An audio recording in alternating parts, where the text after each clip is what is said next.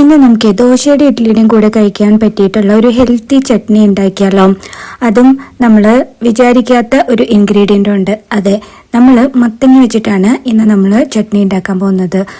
തൊലിയൊന്നും ഞാൻ കളയുന്നില്ല. അപ്പോൾ ഈ ചെറിയ കഷ്ണം മത്തങ്ങ നമ്മൾ ഇതുപോലെ കഷ്ണങ്ങളാക്കി വെച്ചിട്ടുണ്ട്. നല്ല മൂത്ത മത്തങ്ങ ആണെങ്കിൽ തൊലി കളഞ്ഞോളൂ, ഇല്ലെങ്കിൽ കഴിക്കും. ഇത് ഇളമായതുകൊണ്ടാണ് ഞാനത് തൊലി കളയാഞ്ഞത്.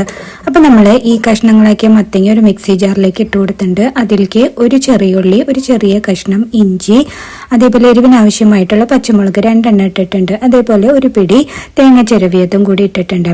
ഇനി ഇതിലേക്ക് ആവശ്യത്തിനുള്ള ഉപ്പ് ഇട്ട് കൊടുക്കാം.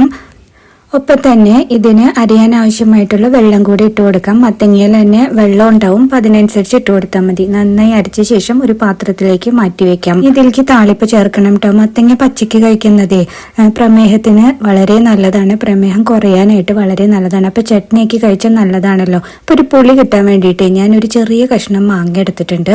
അത് നിങ്ങൾക്ക് കല്ലിൽ വെച്ച് ചതയ്ക്കാം, അല്ലെങ്കിൽ മിക്സിയിലിട്ടിട്ട് ഒന്ന് ക്രഷ് ചെയ്തെടുത്ത ശേഷം അത് ഇതിലേക്ക് ചേർത്ത് കൊടുക്കാം. അപ്പൊ മാങ്ങ കഷ്ണം കടിക്കുന്നത് ഒരു ടേസ്റ്റ് ആണ് കേട്ടോ. അപ്പൊ ഞാൻ നേരത്തെ പറഞ്ഞ പോലെ മത്തങ്ങ പച്ചയ്ക്ക് കഴിക്കുന്നത് ഷുഗർ കുറയാൻ വളരെ നല്ലതാണ്. ഇനി നമ്മൾ ഇതിലേക്ക് താളിപ്പ് ചേർക്കാണ്. കടുകും കറിവേപ്പിലയും ഉലുവയും കൂടി ഇട്ടിട്ട് വെളിച്ചെണ്ണയിൽ പൊട്ടിച്ചതിന് ശേഷം അത് ഇതിലേക്ക് ചേർത്ത് കൊടുക്കുക. നമ്മുടെ ഹെൽത്തി ആയിട്ടുള്ള മത്തങ്ങ ചട്നി റെഡിയായി. കിഡു കോമ്പിനേഷൻ ആണ് ദോശയും ഈ ചമ്മന്തിയും.